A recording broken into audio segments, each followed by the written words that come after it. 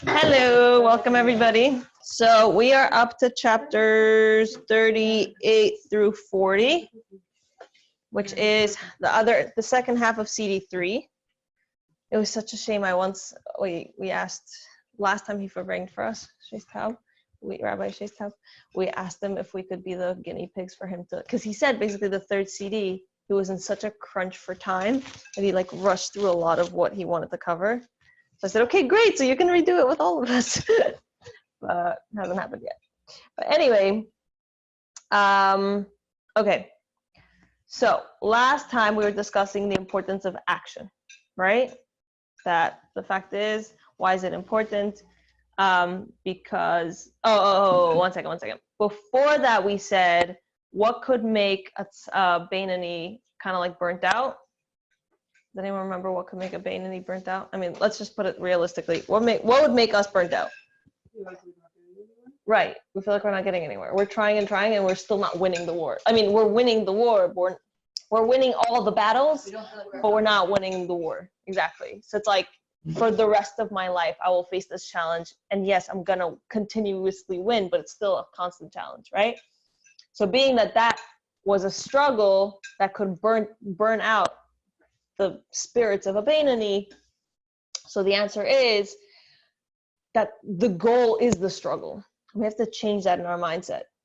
For a tzaddik, the goal is his constant pleasure and relationship with Hashem. But for us, our goal is Hashem appreciates our struggle. And if everything were super easy and simple, he'd be like, oh, that's nice.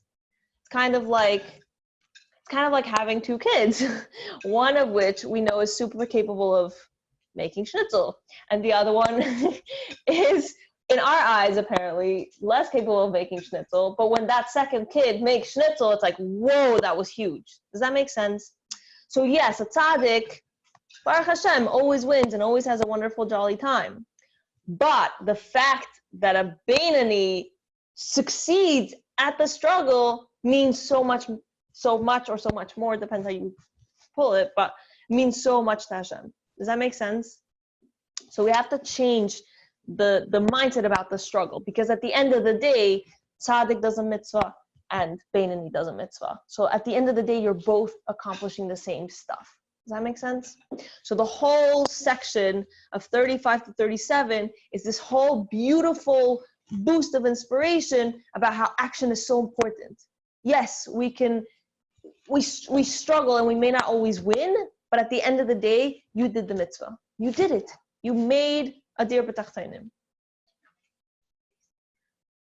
They're meant to be, yes. They taste that good? Oh, good. Enjoy. They're meant to be part. Yeah. Okay.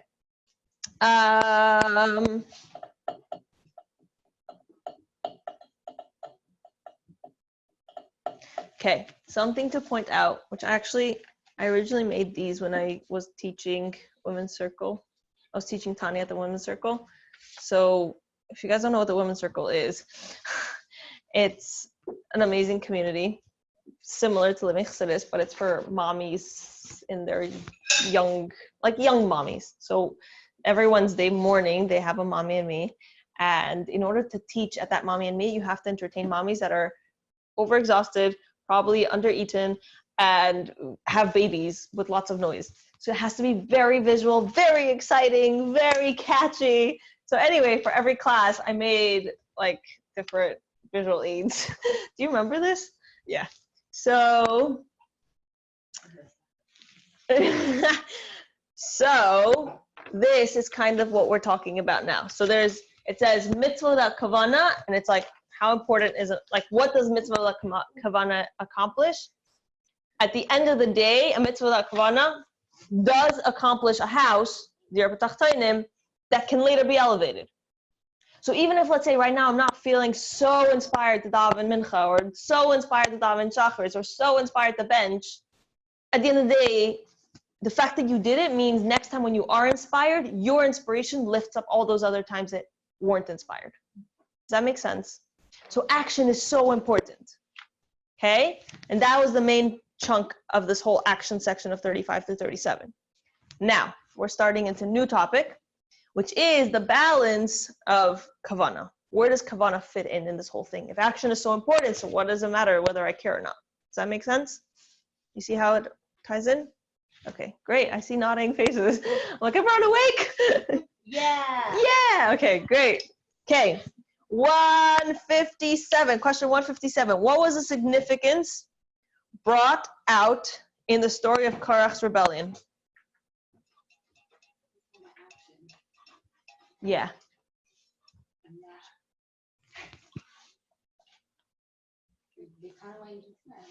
Like if we're all acting equal and we're all like doing the same thing, then why does it matter if there's like two people learning on that better than anyone else? Correct. Exactly. So if we start focusing all about action, then we're all equal. We all do the same bracha. We all eat the same kosher food. So what difference does it make between me and Maisha? What difference does it make between me and Hashem? Between me and the Rebbe, me and, you know, our Meir Banes, like whoever. What difference is there? I think yours is on. Because I'm pretty sure I might be wrong. No, you're all good. I think that's it. Is it? Yeah. You're so good. Baruch Hashem. Okay, back to our thing. Right, so if action is more important than kavana, is more important than intent, then everyone's equal, which means that him and Moshe are the same. Make sense? Okay, so that was his main issue. Which 158? I guess I'll wait for everyone to finish.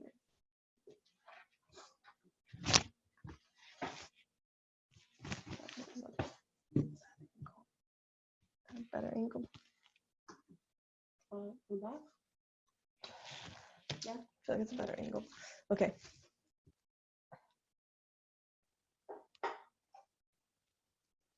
Okay, 158. Which are the two opposite extremes of relating to Hashem?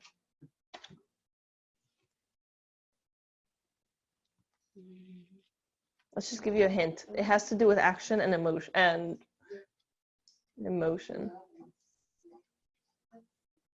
Close. There's Love and awe. There's action, and then there's like intention, which is also emotion. So for example, let me put it this way, okay?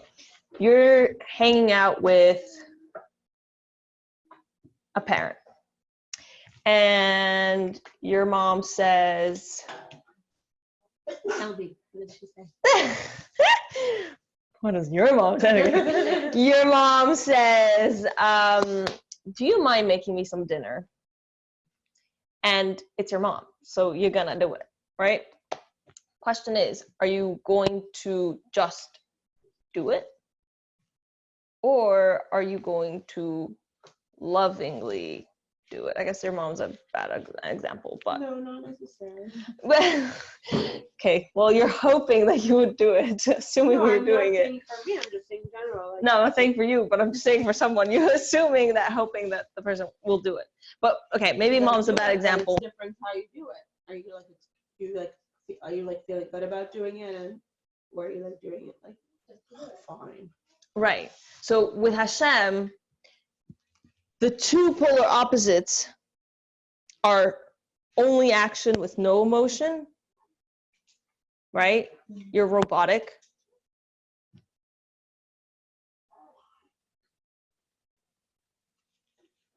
And then please no one take offense to my next sentence, or you could take the like super tzfadi approach of like, woo, and like so in love with the Abishter, but like not necessarily do what you need to do. Like we could just hang out in the mountains and like sing Kumbaya and like not do what we need to do. Does that make sense? And no offense to love my tzfadis. In case anyone's on here. Yeah. But you get Actually, they're not on here. They're on Yeah, exactly. They won't be watching this on YouTube anytime. Does that make sense though? That second. So it's either no emotion, action with no emotion, or emotion with no action. Yeah, and that's why I said the mom. You're hoping that you would actually do dinner for your mom, as opposed to just not do it and be like, "Oh, I love you." let's hang out together, and then just don't make her dinner. But could it be out of distraction, or that's in a different? That's already not. It could also be the same thing, but in the end, it's like Those are the two extremes, neither of which is good. correct. However, if you had to pick one, it would be action with no emotion. What is the best way to relate and connect to Hashem? Best way is obviously action with emotion. Correct. Is action without emotion better than emotion with no action? Yes, Or not because at the necessarily. end of the day, Oh, you could make the house and then elevate it. But if you don't could have elevate a it later. house- Exactly. Exactly. So the fact is, at the end of the day, the action is okay. Just to not mess up the way he said it, because he was very careful how he said it. The action is important, and the emotion or the kavana, whatever we want to call it, is important because action is important. So it's the same amount of important. But at the end of the day, action makes a house, and then you can later elevate it. Like, you want a house, but if the house doesn't have any light, Yes. is that him? Yeah. Okay, that's Correct. a good way to remember. Yes. What is it? Like, if you have, like, your action is like building the house, but you would ideally like to have light in the house, so that's the Makana. But like, you'd rather have a house than have a bunch of light. No house. No, a bunch of light bulbs. Can I put my tea on your? Thank you. Correct. So that was one of the stories that he said. This is not the nicest idea. Okay, thank you. And also put that in place. Yes, please. So basically, at the end of the day, thank you. For somebody who were to, he said it clearly. If we were to bring Mashiach without ever caring about Hashem, let's say we literally do every single thing it says, just one Shabbos and and like all these different things. Like if everyone would keep Shabbos twice or whatever, let's say we do all of that and we don't give a hoot chas v'shalom about Hashem, so Mashiach will come, but it won't be the same. And that's when he explained that it's like building a house and it has everything functioning. You just don't turn on the light. Make sense? Okay. Yes. The thing is, Mashiach's gonna come at some point, and we obviously are not I don't think our idea is that like only when every single year keeps Torah mitzvahs or has emotion. Meaning, is that really what we're for sure waiting for? Because we're not for, well, I was hoping it's a tough it was gonna come really discussion. soon. There are different, Right now. according to different opinions, there are different ways Right, I know. of it happening. But at this point, the We don't Rebbe want has it to be spoken that. about it in different words. Right. Yeah, So- which need to be understood, and this is not the context to understand the Rebbe's Okay, words. fine. Okay, not at least about this topic. Okay, chat 160. What do chapters 38 through 40 teach us? Close. Chapters 35 through 37 teaches action. Abundance. Yes, the emotion. We have to we have to turn on the light. We'll build a house, we have to turn on the light.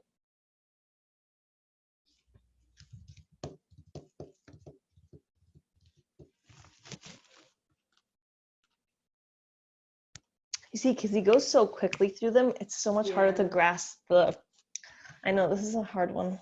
This is always my hardest section. Like, whatever, CD. Okay, so what does Kavana do to the action? What does Kavana do to the Maisa? Elevates it. Mm-hmm. Gives it wings. Correct. Enhances, makes it better. I think the word he used was more vibrant.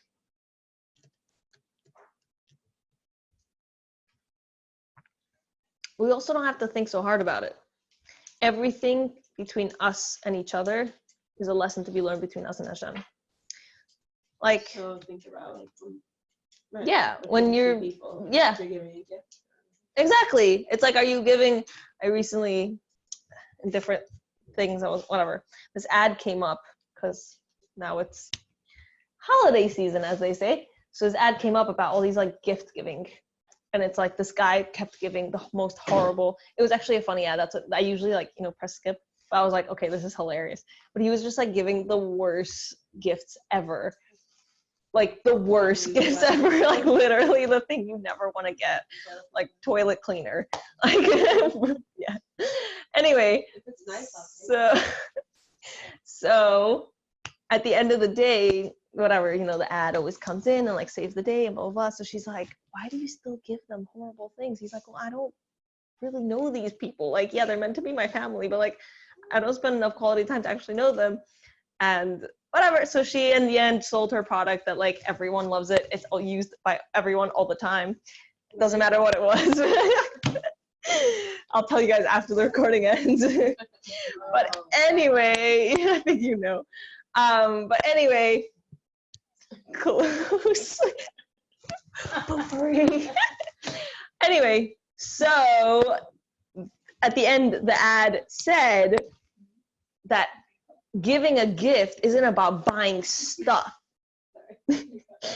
You can buy stuff, but if it doesn't mean anything to the other person, and if it doesn't come with, Meaning, who are you giving a gift for? For yourself or for the other person? yeah, giving it's not swiping a card and spending money. Like that. Like, am I doing the mitzvah so I can like feel good about myself? Like, okay, fine, checklist, like I did it. Or like, am I doing it for Hashem, who's like waiting for me to do it and wants to connect with me?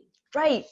And it's funny because I don't know how many of you have spent enough time with me, but one of my biggest forbringings, when I'm the one forbringing, is about, yes, exactly, is about, we can't be chassid on a checklist.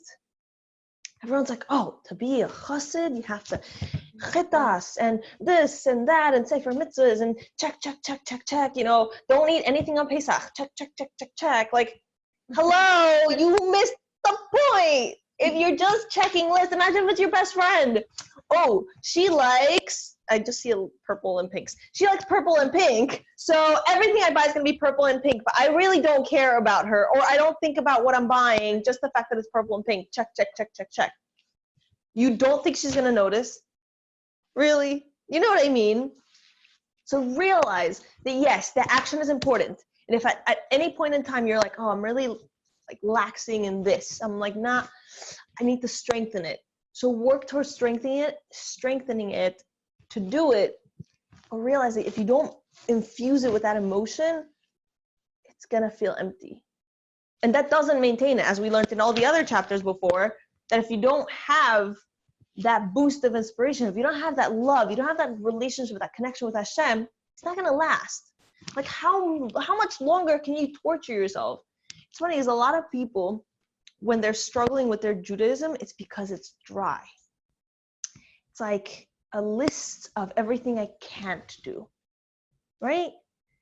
It's painful. But if you switch your mindset and you're like, wow, this is a relationship with a real Hashem. I can't even say person, being, it. Like, it's a relationship with a real Hashem. And I'm a given over part of this relationship. I'm actually given over to it. How can I make it more juicy? Yeah, more juicy. More exciting, more alive, more robust, more vibrant. That was the word she used. Right? Does that make sense? It's not a list of things I can and can't do. It's actually, I left it, but I was going to bring a book. Recently came out. It's called Mizmor LeDavid. I will admit, Hashem. I got it. Yeah, I also just got it. Yarmush, It's Rabbi. on sale right now. It was Yes. for $15, and you PayPal them, and they literally will drop it off at your house the next day. It's the best. But anyway, it's the entire book is based on the entire book is based on the premise that everybody learns Shabbos on everything you can't do. Literally, there's a whole, I actually have it. Baruch Hashem, somebody was amazing and bought it for me for my birthday. The full set of like Lamates Malachis in English, like the black. Yeah. Gray, black. Beautiful, amazing, incredible. You can't for like almost several thousands of pages, okay? This book takes every single beautifying halacha about Shabbos and compiles it into a small but incredible book. And as you read it, it doesn't feel like halacha. It doesn't feel like, oh, I can't. It's like, wow, if only you would do this, it gives you such brachas. If only you do that, it gives you such brachas. How to honor Shabbos. This is how we honor Shabbos. This is what gift we give to Shabbos as the Shabbos gives to us. Beautiful, beautiful, beautiful. I strongly recommend it. If need be, I can get us a group deal and blah, blah, blah, blah. But anyway, this is what I'm talking about. Judaism becomes alive when you start feeling the relationship. Does that make sense? Okay, rant over. Moving on. Okay, chapters 41 through 50. Staying. Not rant, that is the whole point. Okay, I just feel like. Okay, Yeah. good talking, I guess. 41 through 50. Staying motivated. Meditations on awe and love. Okay.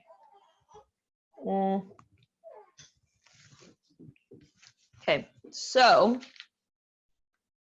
he literally goes through it very quickly. So chances are, if you guys didn't have your book and wrote it in as we went through it, so I'm going to be doing all the answering. Okay, let's try and see how this goes. But just know that this is like a super one-line, concise version of the incredible beauty that's in there. Okay, so if you ever want to feel inspired and in love and like totally connected to Hashem, like go through these chapters. Does that make sense? Yeah. Okay. 162. Question 162. What does emotion do for a deed? How do we prove this? And this is different than question 161, apparently. Oh, yeah, we just spoke about it. Okay, good. It was a great segue. Okay, what does emotion do for a deed? What do we just say? That if you want to get yourself inspired, if you realize that your action is missing a little emotion, once you infuse the emotion in, what does it do for it? Yeah, it like brings it to life. It actually feeds it. It like really, what was the word he used? Yeah, it gives birth. Like it yeah, that makes sense.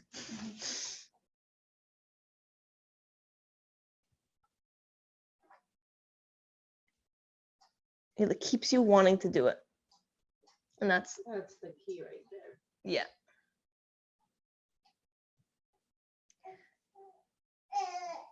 Yeah. It's the key right there. Meaning that line like, keeps you wanting to do it. That's really the difference between like just getting burned out. Just like, cause like how long can you just keep checking a list off? Yeah. 100%. Which, by the way, It's also works. going back to the thing that you said, like that you said whenever you find yourself like struggling in a certain area, you like make a point to like start learning more about it. Yes. That That creates that inspiration, that emotion, that relationship. like, Yeah. why am I doing this? Yeah. If anyone's ever struggling, you actually just take a second right now. Think about something, a chata you've been taking on and on and on, or you wish you would take on, and you're like, wow, I really should be doing these things, or I really should be up to that level, or whatnot. And now think about what you can learn or what you can do to get more emotion infused into it. Maybe have a farbrengen with a friend about it. Maybe, something along those lines. And it'll actually keep you wanting to do it. It'll keep you connected. It'll keep you inspired. It'll keep you going. That makes sense? No, that makes sense. No. I mean, there's certain things I'm sure you don't struggle with anymore. Not action, but like not necessarily, but there's no emotion. I hear that. And that's also the beauty of having kids. It's actually shots about by everyone. No, but like it really makes you think about things. It's like, oh, I actually have to explain things like kashrus, for example. Like I don't think about kashrus anymore. First of all, I live in Crown Heights. You just go to the store. Yes, you do have to be careful and whatever, but like it's different. It's a different type of being careful. Like anytime I go to the Family Dollar or Dollar Tree, whatever it's called, it's like, whoa, all right. Like that whole section, it's like it's a culture shock, 100%. It's like a different type of careful, you know what I mean? But when it comes to questions, it's like your kids really make you think. And you're like, oh, yeah. It's like, mommy, why are there two sinks? Or like, like all these things. It's like, oh, I took that by broke by now. I just had a thing today with my son, and I wanted to add mushrooms. And I was like, oh no, I think mushrooms and fish. So I can't add them to this and then have the schnitzel. He's like, why? So I explained to him. He was like, oh, so you could only have it like with fish or with farm. It was just cute. Like, It's amazing. I never even hit that. Oh, yeah. So, Okay. So, 163. How do we get the emotion? Meditation. Yes. Awesome. Through meditation. can Exactly. you tell me how like the only answer? Yes, please. I love it when you guys answer the questions. Listen to this all again for a third time today, and the fact that I can't answer questions is. I know he really goes through it so fast. It's really a I don't struggle. know what's the reflection of. Definitely not Arabic cow. Okay. He's the man. He is the man. Okay, 164. Which emotions are we arousing? Beautiful. Although I call it awe, respect. Oh. Yeah, I don't like that word. Fear. Yeah. You want to hear funny? I was reading in the story, like one of these books about a Hanukkah storybook yesterday, and it had the I was talking about the Messiah, and then I like next time I like was repeating it, and I left it blank, and he goes the Misnagdim.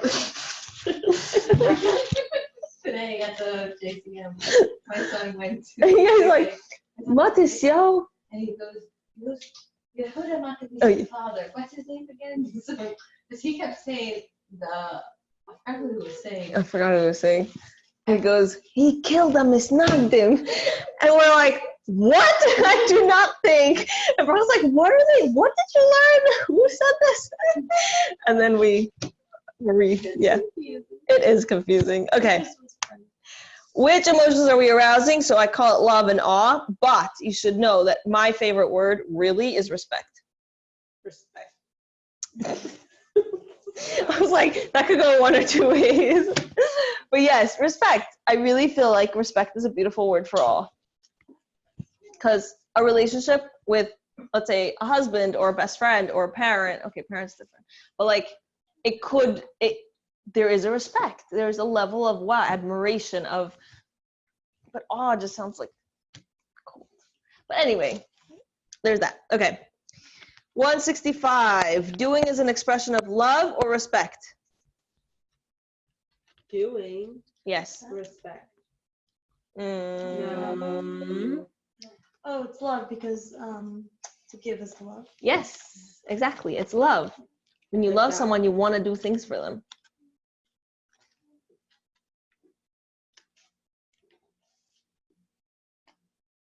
That said, 166, what is the foundation of the relationship? Respect. Oh, respect. Exactly. So let's just put it this way. Okay, I want to make it really practical. You meet someone. Let's make up an example. You go to a Shabbos meal with someone, or you have a Shabbos guest, and the more she talks, the more you're like, whoa, we have so many things in common. She's so cool. Wow, she is so amazing. And and you can connect, the conversation just flows. And you realize that you guys have so much in common and you admire that in her.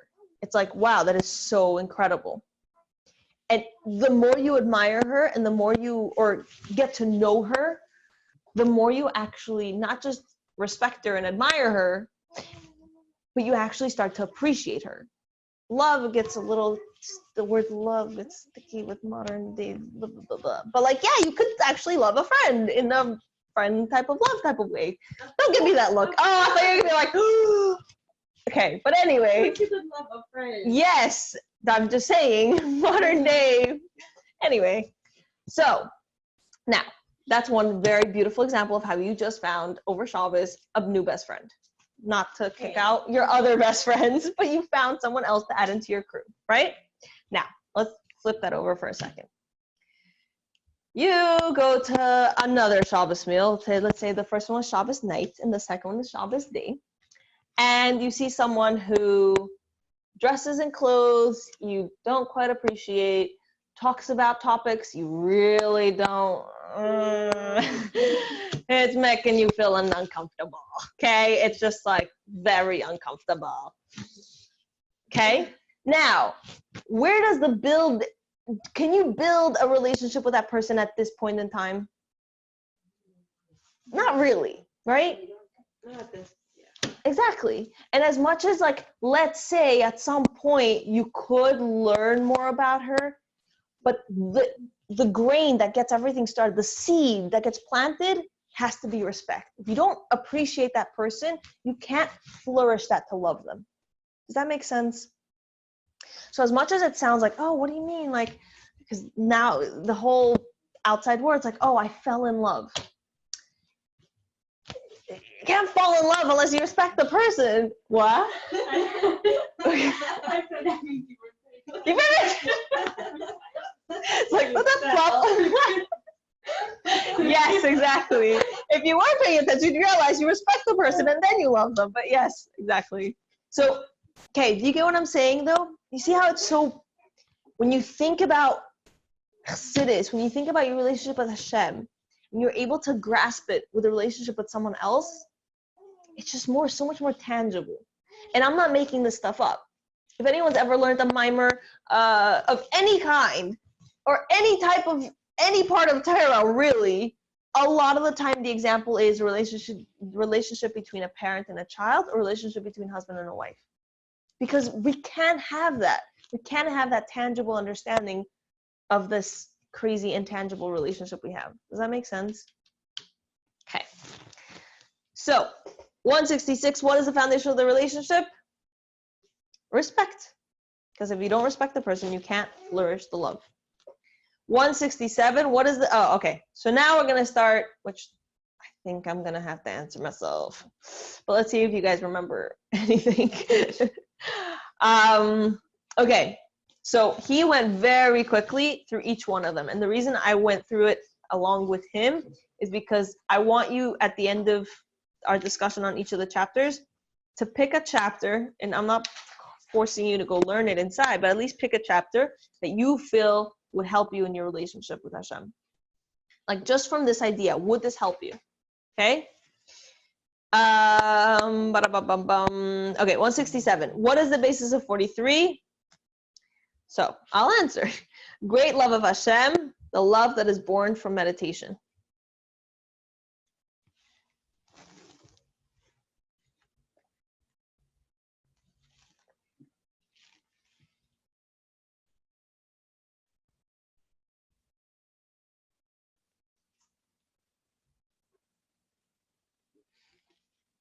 What is the basis of 44? Person wants to preserve life, right? I don't want to die.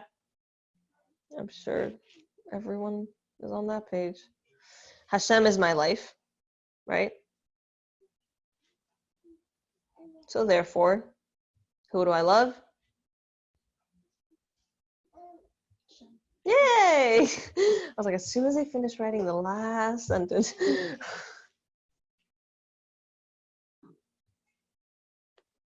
Right? So I care to be alive.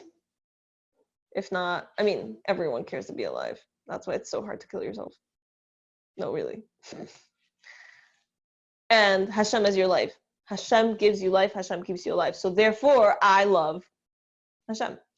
Okay? And not just that, but this chapter takes it to a whole other level, which is that you could reach a level where you will love Hashem more than your life. It was very interesting today Bracha and I took our kids to the JCM, and our oldest, most of our kids are around the same age, so they have little friends. So our oldest were discussing, and Bracha's son was saying, all Hannah's 7 sons, they all had Mesiras Nefesh and died for Hashem. And I was like, well, what? I mean, it's true, but I was not expecting them to have a whole discussion about this. So he goes, even the baby, which I don't know how old. I don't. Really?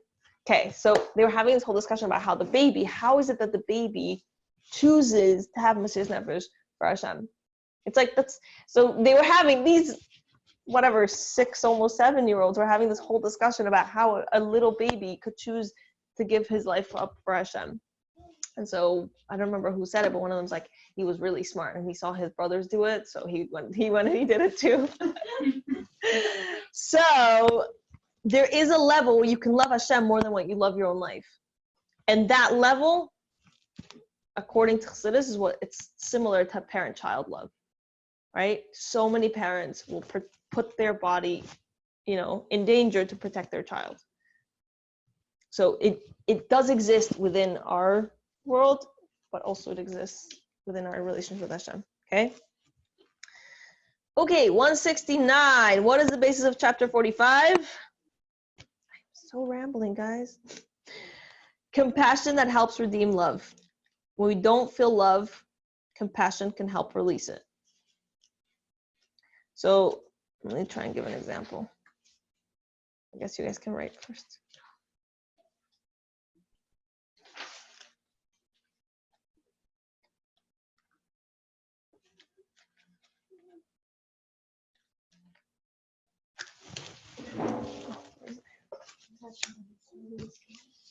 Yeah, meaning if It's like a catalyst.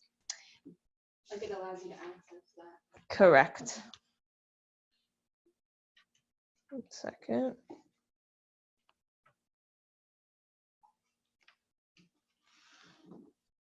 Yeah. So this, I just wanted to double check. This chapter actually caused a huge revolution when I was in seminary. Because the summer right before I went to seminary, I spent half the summer working as a counselor for Gan Yisrael, and the other half I went to Rabbi Manas Friedman's Beis Chana program.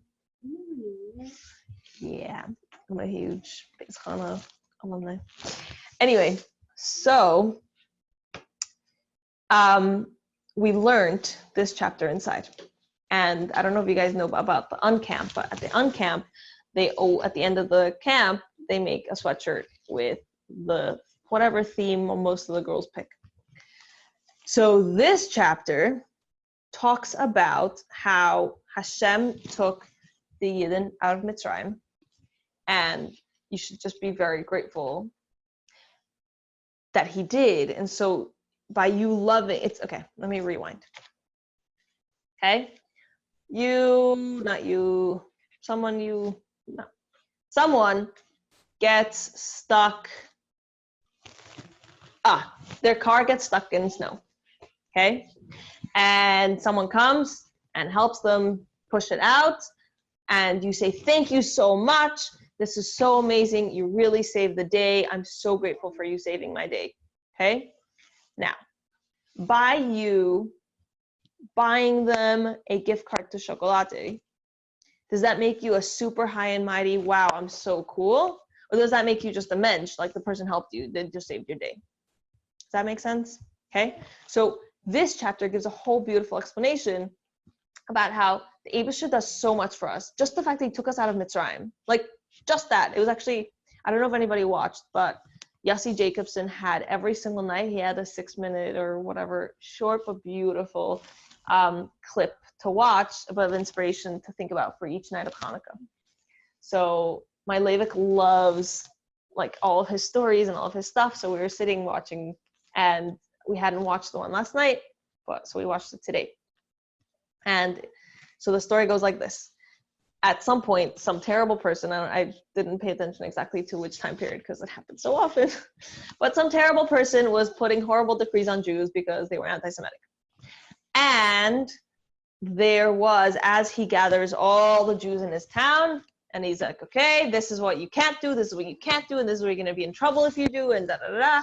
And there was an older man sitting on the side just cracking up, like laughing at the top of his lungs. He was just like, can't stop laughing. And so the ruler of whichever kind is getting very agitated. What are you laughing about? What are you laughing about? Like such chutzpah. I'm sure that's the word he used. But like, what are you doing? So he asks him, and he pulls him over. He says, you have to tell me what you're laughing about. So he says, well, let me give it to you this way. Many years ago, there was a ruler whose name was Pari, and he wanted to kill us. Then God saved us. We came out. Now we eat matzah and we have Pesach, and it's a beautiful Seder. Then we survived. He did not. Then, and we have matzah, okay? Then a few years later, another terrible person called Haman wanted to kill us. We survived. He did not. Now we eat Haman Tashlin. And we celebrate Purim. Then another few hundred years later, there was a terrible person whose name is Antiochus. He wanted to kill us. We survived. He did not. We ate. Now we eat latkes and donuts, and we celebrate Hanukkah.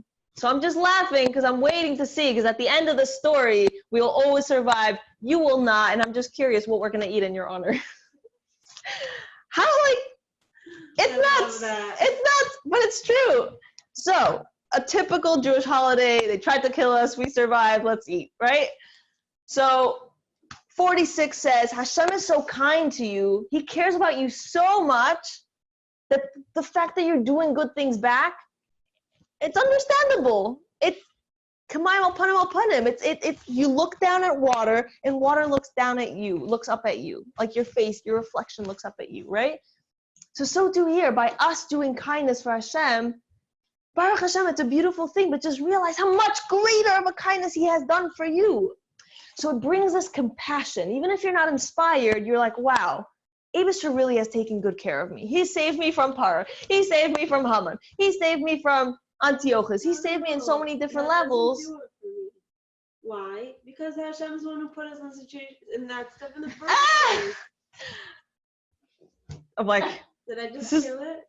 No, you didn't. It's just like it leads to a whole other. Okay, so if we're getting into that discussion, let's go flip back a few pages and realize that hidden. Right. Right. By the way, I already have to shared this. Oh, share. I was like, I hope you haven't had to use it on personal things, but hidden good doesn't feel good, but it's much higher. We have Pesach. We are a people. We're a nation because we left Mitzrayim. We got tortured like crazy, but it made us who we are. And you know what's interesting about us? We don't come out with the, what do you call this syndrome? You know what we're talking about. Well, that, that, but I'm talking more about, yeah, kind of victimhood. We don't always feel like victims. We're very resilient, successful people. That's why they keep thinking we're horrible, because we keep getting up and standing up and taking over the world yet again. Right? Do you see what I'm saying? Yes, it's a struggle, and yes, Hashem put us in it. You gotta realize, now we have Hanukkah. We get to eat donuts for 8 days. Sorry, sensitive subject, but just for a really good mashal that'll feel nice and personal.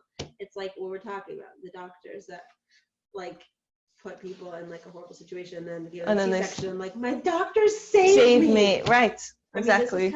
This makes me think of that. It's like Hashem put me in, that was caught me off guard. I was like, yeah. No. Hashem put us in Mitzrayim. He took us out. Woohoo! He's the one who made us suffer. You get what I'm saying? I'm not trying to be Epicurus here. I'm trying to really understand. No, I'm not saying you're being an Epicurus. It's just a rough one. A tough pill for me to swallow. What is? This example of the doctors, but Do you get I do hear what you're saying. I do hear what you're saying. You have to get somewhere. I do. But I just realized though that yes, Hashem put us in weird situations, but those weird situations were not meant to cut our relationship with Hashem. Also, you have to realize, not in those situations because of our own. Yeah, that's what I was about to say. Purim didn't just come out of nowhere. Many Jews did go and partake in celebrations that weren't meant to be partaken of. The destruction of the Beis Hamikdash wasn't wow, shocker. It's sad. It's terrible. Right, that I get. But you know what I mean? It's also It's kind of like a parent disciplining your child. The child might be you made me do this, and now I did that. But you're disciplining the child because of their action. Hashem was put us in the situation because of our action, and then saved us because we didn't do something. I get what you're saying. Okay. If we're continuously put in those But we position where also, we're forget, like with a parent, when you're being disciplined, you learn structure and you learn how to put, your thoughts before your emotions. So when when we're experiencing, say, yes, we were put through this horrible thing, but we came out of it, we've grown so much from it, and we've become better and stronger. I know it doesn't always help because, and that's why I said, like, oh, so then it's a punishment. the pain chapters, the gullus, ouch, We struggle did that already? chapters. No, we didn't. Yes, we did. But I'm saying they need to be learned not when you're in it. See what I'm saying? But like, there's always something. That's Like why we have to real learn. Which are quieter or more like coasting, like we just finished a challenge, like the Hashem's not usually like we would tell them all that. No, yeah, I'm saying not major stuff, but yeah, every day with kids feels like at the end of the day you're like, Boom. Yes. And so that's why when you come to Tanya Series, we learn it. We force you to learn it at any point in time. Okay, but just to get back to this. Okay, so if you're feeling a little stuck with your love, and you're like, oh, I'm not feeling so excited about Hashem for whatever reason, yeah, we have to have compassion and say, you know what, the Abishar has done so much for us. Like, the least we could do is be nice and, yeah, makes sense? Right. Okay. 46. Okay, what's the base of 46? Reciprocal love. Hashem loves us, therefore we love Hashem.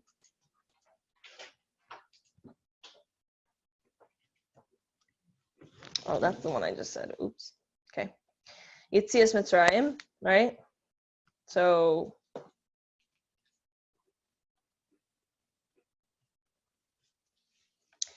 Hashem is so great. He came down and he scooped us up from below. Which the example that he uses there is that there's a person who's in the dumps, literally dumps, stinky, rough times, and the king himself comes and jumps in, pulls him out, puts his own clothes on the person. It's like, wow. The more gross you were, the more you love that king. Does that make sense? Okay, basis of 47. How do we relate to Yetzias Mitzrayim if it happened such a long time ago? So you have to realize that you go through your own Yetzias Mitzrayim every single day, as Chava just told us about her parenting. All of our parenting. Yeah. So it's good thought for Pesach. Yeah, but not too soon. I was like, I start preparing for my Pesach at Hanukkah, so. Okay. What is the basis of 48 and 49? Reciprocal love. Hashem put himself aside for me. Therefore, I can put myself aside for him.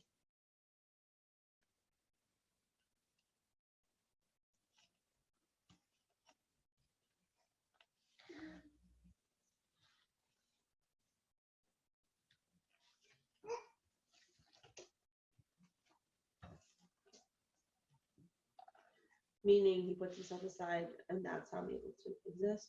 Mm-hmm.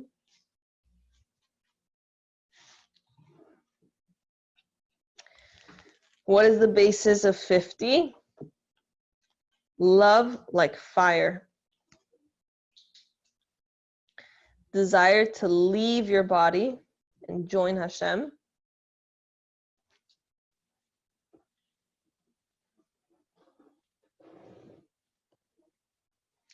And that's when Hashem says, if you really love me, then you have to go right back down.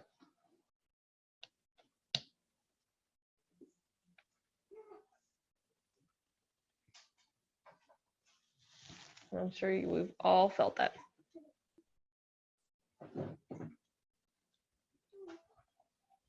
usually for me it happens right after Simchas Torah. It's like a whole month of like, this is so amazing, so exciting, so connected. So we went through the crowning, Hashem is king. We went through the like connecting as one. We went through all the days of Tshuva. We went through like the joy and the dancing and the incredible happiness of Sukkot. And if you know where I live, I get all the joy, the dancing, and the incredible happiness of Sukkot. And then Simchas Torah is like, we take all that, bring it in, take the Torahs, dance with them. Kids are going crazy. They're so happy. It's just like insanity. It's so exciting. And like we feel so connected to Hashem. And then you make Havdalah after Simchas Torah. It's like the world just like, right? And that point, for me, it's this chapter. I want to connect and cleave so much to Hashem. It's like, just give me one more Yom Tov that I don't have to cook at.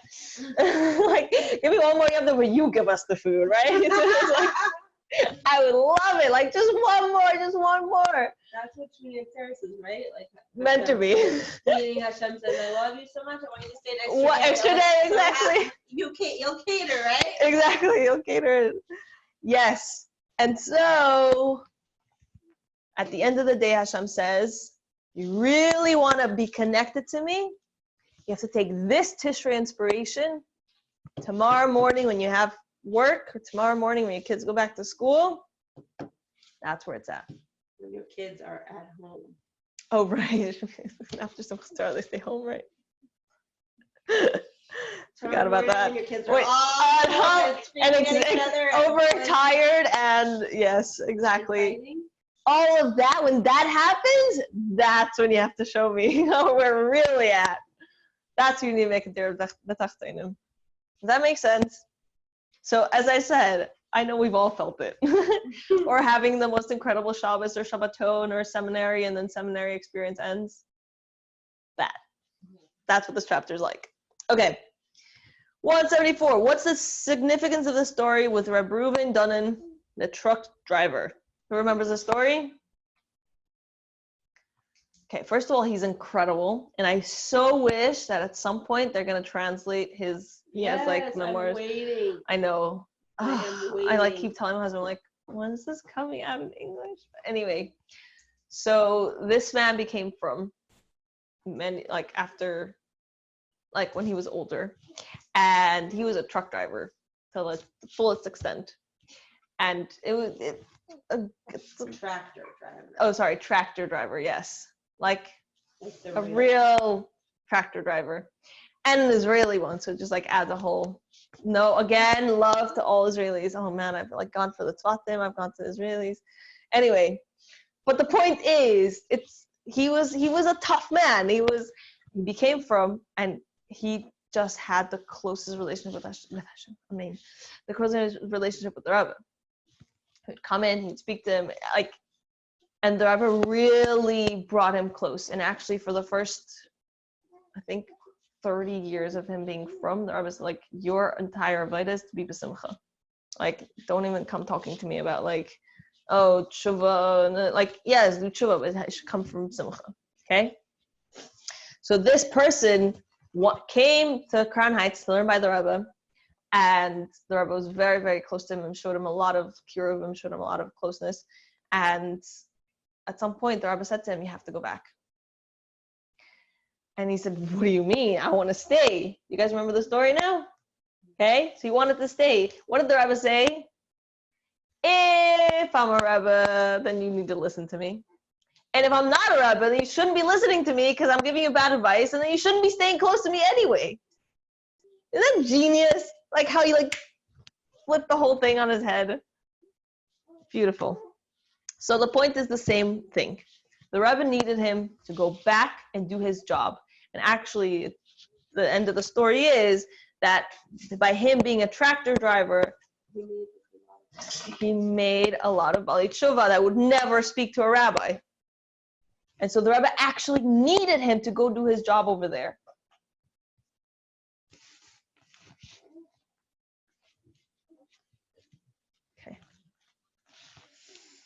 Okay, 175. And these are all meditations to create love. So why didn't the Alter Rebbe give it to us at 16 and 17? Because this work is for the rest of our lives. If you literally spend the rest of your life just learning the 40s, you'll be a very good Jew.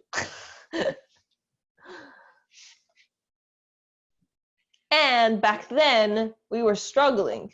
Remember, we were at the stage. I feel like I'm a crazy psycho. Right? So imagine if we would have done all this whole long meditation before it's saying like, it's okay, breathe, and giving us a short, long way. That makes sense? Okay. Yay! Chapters 51 through 53.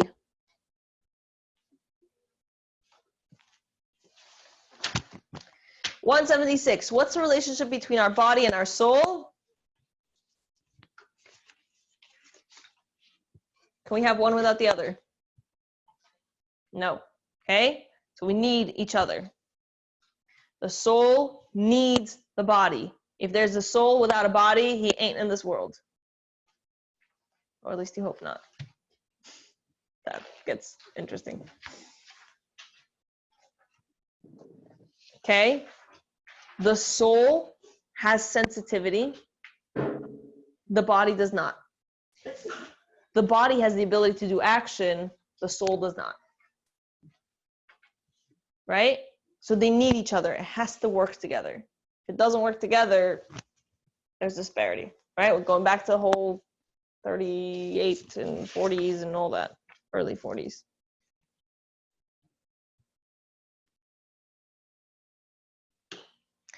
(177). Okay. This one I actually made a pretty picture. Okay. What is the nimshal of the wick, the oil, and the flame? Okay. So the wick has to exist, which means it's the guf, exactly. And what is the oil? What gives it ability to light up? Yes and no. Not the direct answer we're looking for. What gives us, what makes us shine? What makes us light up? Mitzvahs, exactly. Mitzvahs. And those mitzvahs keep the flame. And the flame is our relationship with Hashem, the Shekhinah. If we're not doing mitzvahs, how big is the flame going to be? Not so big. I was being generous. Not so big. I would say not there. Yeah. Right? But we need to be adding oil in order for, this is a good one for Hanukkah. Now that we all just practice with our oil and our wicks and our, right? And it was, all over. It's moisturizer every night. So we need to do mitzvahs, and that elevates and allows our body to connect and be a connector to the Shekhinah, to Hashem. That makes sense? Okay. 178. What is used when we emit godly light? Our body or our soul? What do we use? What do we do? There you go. Our body needs to do it. Our soul has sensitivity to Hashem, but our body needs to actually do it. Just like the house, right? We need to build the house and then we can light it up.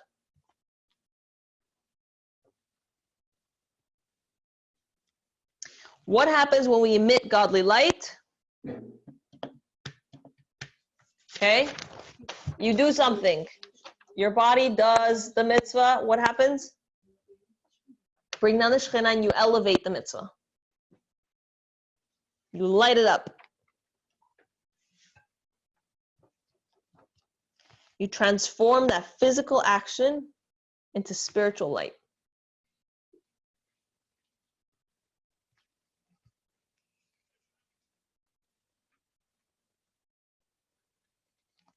Okay, this is one of my favorites.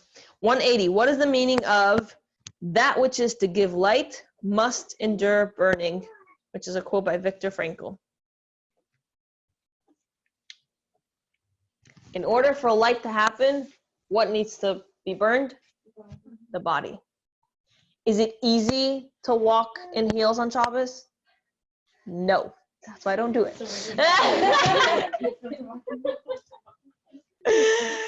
Right? Is it easy to, okay, that one is fun.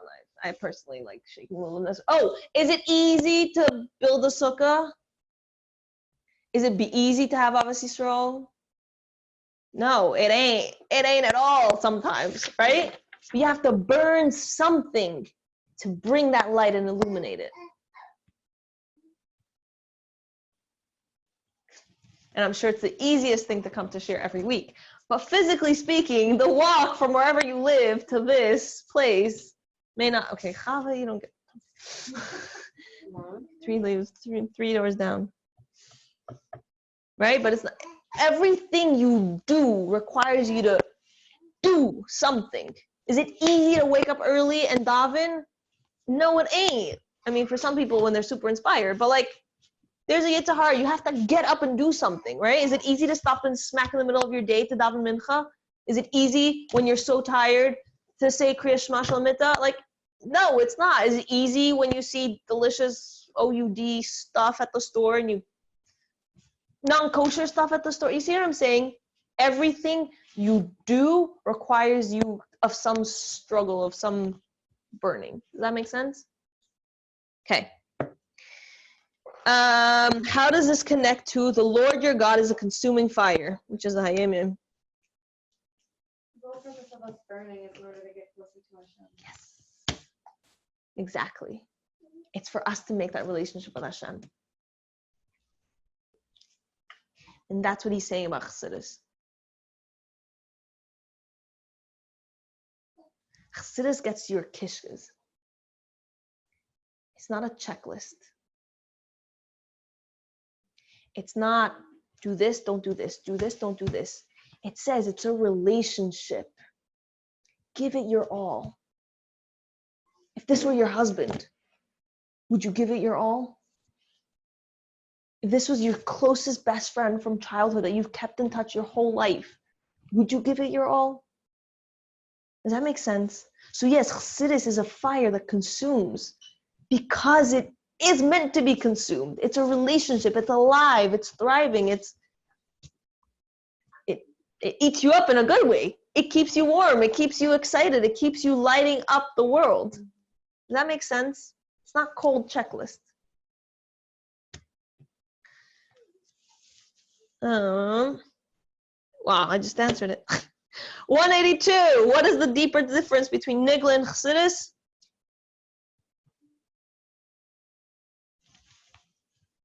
Yiddishkeit is like a relationship between us and Hashem, so you have to completely commit yourself to it. Yes. And that's what Chassidus teaches us. Yiddishkeit is a relationship between us and Hashem, and you have to be fully committed to it. And it gets you everywhere. That's why I said in your kishkas, like when you're falling asleep, what are you thinking about? And yes, it can be intimidating, but it's also so beautiful. When you're falling asleep, you may not have a specific checklist to check, but you can still have a loving, vibrant relationship with Hashem. Does that make sense? It's like alive. It's exciting. It's warmth. Yeah. Thanks for nodding. I'm like, guys, stay alive, stay awake. Okay. Okay, 183, we're almost there. What is the significance of the morbidly obese tzaddik nister? Oof. I actually did not understand this at all. Oh, great. Did anyone understand the story? No? The one who got fat. Different type of morbidly obese. Okay, so basically this man made it his entire relationship with Hashem. He invested it in eating.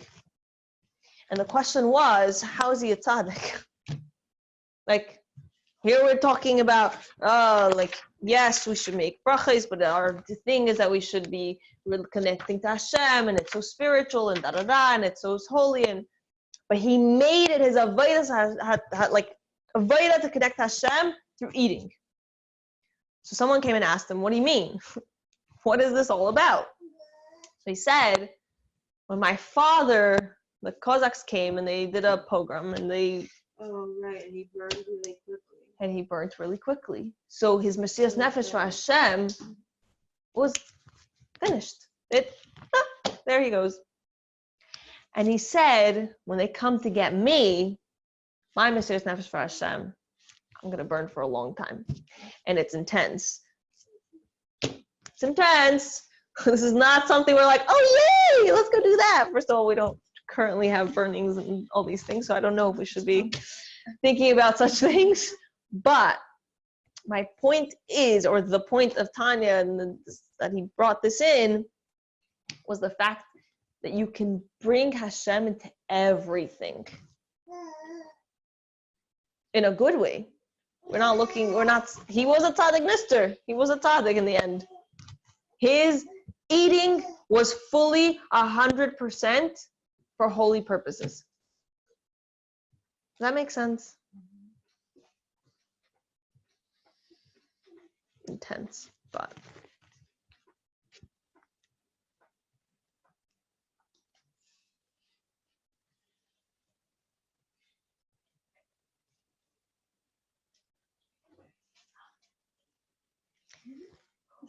$184.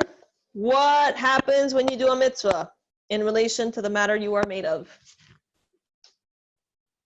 What happens when you walk to shul? What happens when you come to shir? What happens when you get up? Yes, you burn calories. Like, I'll degrade it in a negative way, but You burn them. You use them up for holiness. Every step you took to do something good today, you burnt calories for Hashem. Amazing. Burning calories. But that's Chassidus. Somebody else who doesn't learn Chassidus will be like, you're nuts. What are you talking about? But yes, we are burning calories for Hashem. It's amazing. Okay. 185. What is the flame that the Beinoni emits? Okay. Think about it this way, right? What are the things? They're mitzvahs, but what is the Beinoni's focus? What are the three levushim that he has to? Exactly. So what does he emit? What's the fire that he burns all the time? Thought, speech, and action. And yes, they end up being mitzvahs, but those are the three main levushim or whatever that he's constantly lighting up.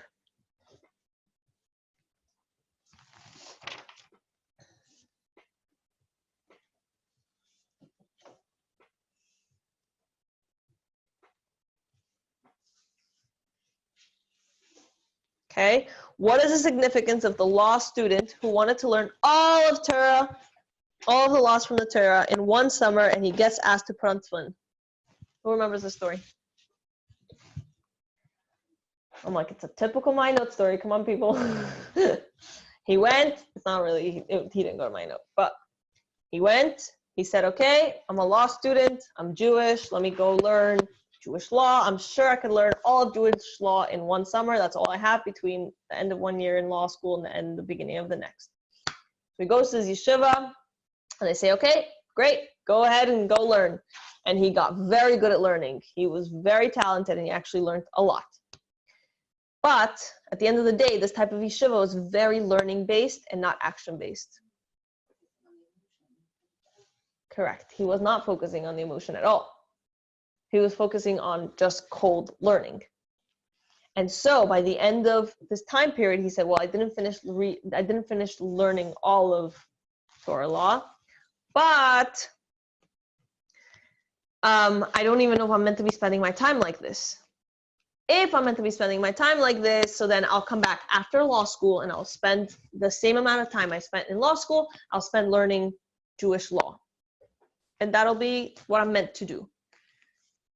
So he said, okay, the way Hashem will show me is that if I have a spiritual experience between now and me leaving, then that'll be my sign that Hashem wants me to learn Torah or learn Jewish law.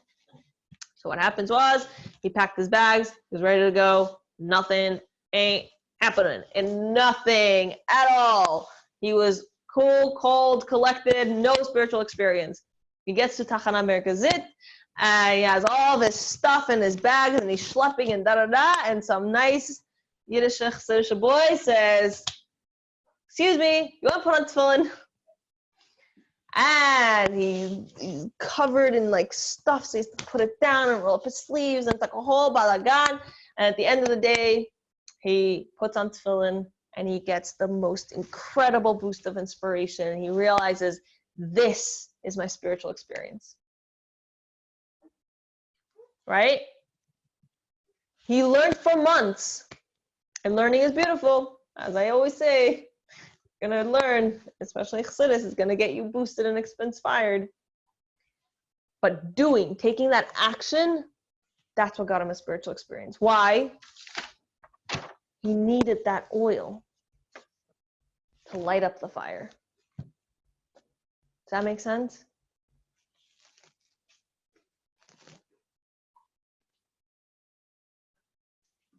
Okay. Is the last sentence in your book? Okay, somebody want to read it? Crass, body-centered, and idealistic is just fuel for the flame. Burn those calories for God, for your Lord your God is a consuming fire. So this is something that we can all leave off on. We've learned all these amazing things.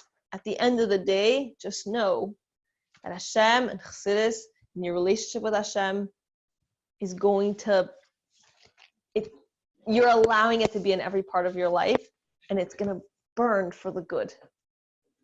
It's going to be a consuming fire. It's going to feel exciting and warm, but it's going to consume. It's going to get into your kishkas. It's going to get you when you're down, and it's going to get you when you're up. Does that make sense? Okay. So first of all, Mazel Tov. We did it. We did a great job at it.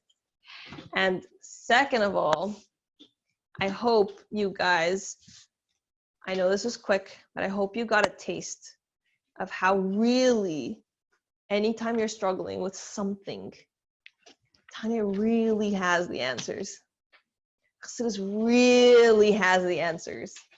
If you're struggling with apathy, have the answers. If you're struggling with love, respect, relationships with other people, if you can learn your relationship with Hashem and practice those same things as a relationship with other people, you're golden. You see what I mean? So, Mazel Tov, we did it, and yay! If Chava keeps pushing, Hashem will do something else, continuing on and learning more and more Tanya and more Chassidus. What? Yeah, exactly. Yeah, any thoughts, any comments? Thank you. Yay! We did it, guys. I'm like, oh my goodness.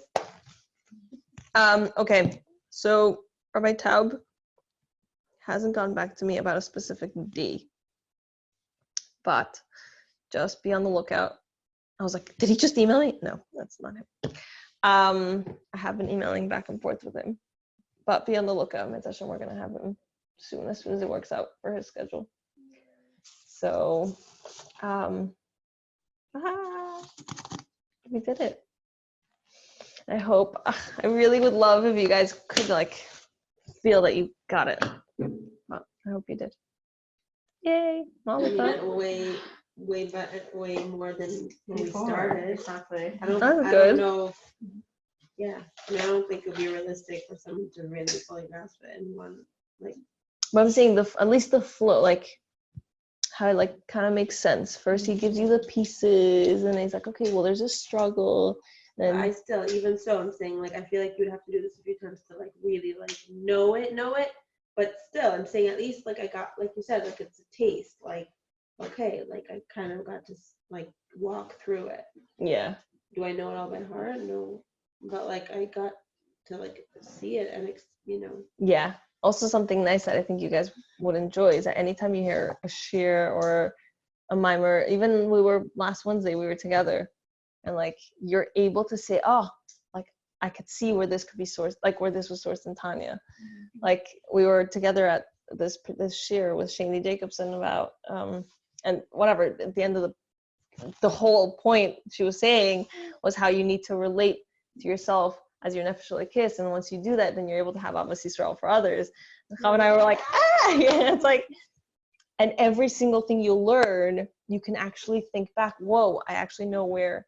Maybe you don't remember the exact number, but it's like, if I took out my book, I'd remember generally where it is in Tanya. So you guys have it all. This is Torah Shebechsav, and now you guys can learn it and enjoy it, and it's Hashem, only brachas. And a huge thank you to everyone who sponsored all of our classes at different points in time. May everyone have whatever they need, and may we all have Mashiach. A huge thank you to each and every one of you for coming.